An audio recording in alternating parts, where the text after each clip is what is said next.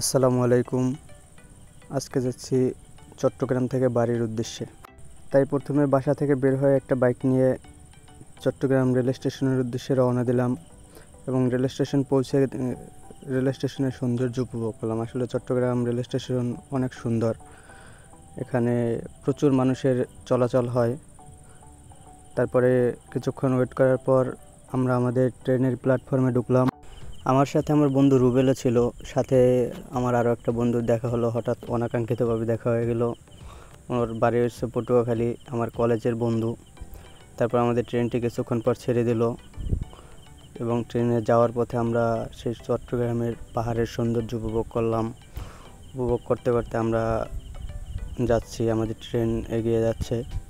আমরা যেতে যেতে আমাদেরকে কুমিল্লা লাকসামে একটা বিরতি দিল, ওখানে নামলাম, তারপরে কিছু খাওয়া দাওয়া করলাম এবং ঘুরলাম। তারপর আবার ট্রেন চলাচল শুরু হলো। আমাদের মূল উদ্দেশ্য হচ্ছে চাঁদপুর যাওয়া, চাঁদপুর গিয়ে তারপর লঞ্চে যাওয়া।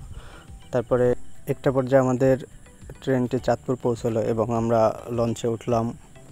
লঞ্চে ওঠার পরে লঞ্চের ভিতরে আমরা একটা জায়গা নিলাম এবং পরে লঞ্চের সৌন্দর্য উপভোগ করতে করতে আমরা বরগুনার উদ্দেশ্যে চললাম।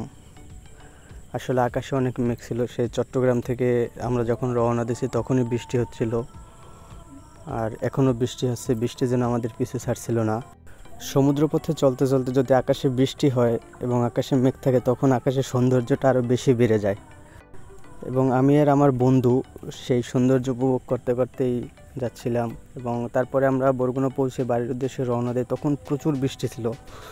অবশেষে বাবুগঞ্জ এসে পৌঁছলাম এবং এখানে আমার বাড়ি। যাই হোক, আমার ভিডিওতে ভালো লাগলে লাইক করবেন, শেয়ার করবেন। ধন্যবাদ।